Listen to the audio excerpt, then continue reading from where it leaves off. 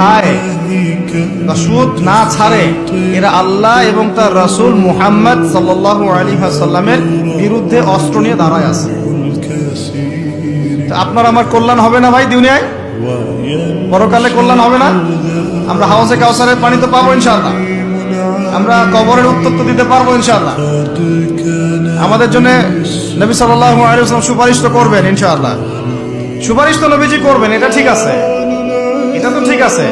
কিন্তু কোরআনে যে আল্লাহ পাক বললেন সুদ যদি তোমরা না ছাড়ো তাহলে জেনে রেখো তোমরা আল্লাহ এবং তার রাসূলের বিরুদ্ধে যুদ্ধ করতেছো। এখন এটা আমরা কিভাবে আল্লাহ পাককে বুঝ দিব? দুনিয়াতে না বুঝ দিলাম, দুনিয়াতে হয়তো কারো ক্ষমতা আছে, জবানটা বন্ধ করে দিল, এই কথা বলতে পারবেন না, চুপ একদম, সম্ভব কিনা? দুনিয়াতে হয়তো সুদের মহাজন যারা একত্রিত হয়ে দেখা গেল যে একে তো সরাইতে হবে রাস্তা থেকে, মারাত্মক কথা বলতেছে, সরাই না হয় দিল, হতেও তো পারে, ইতিহাসে হয় নাই এমন।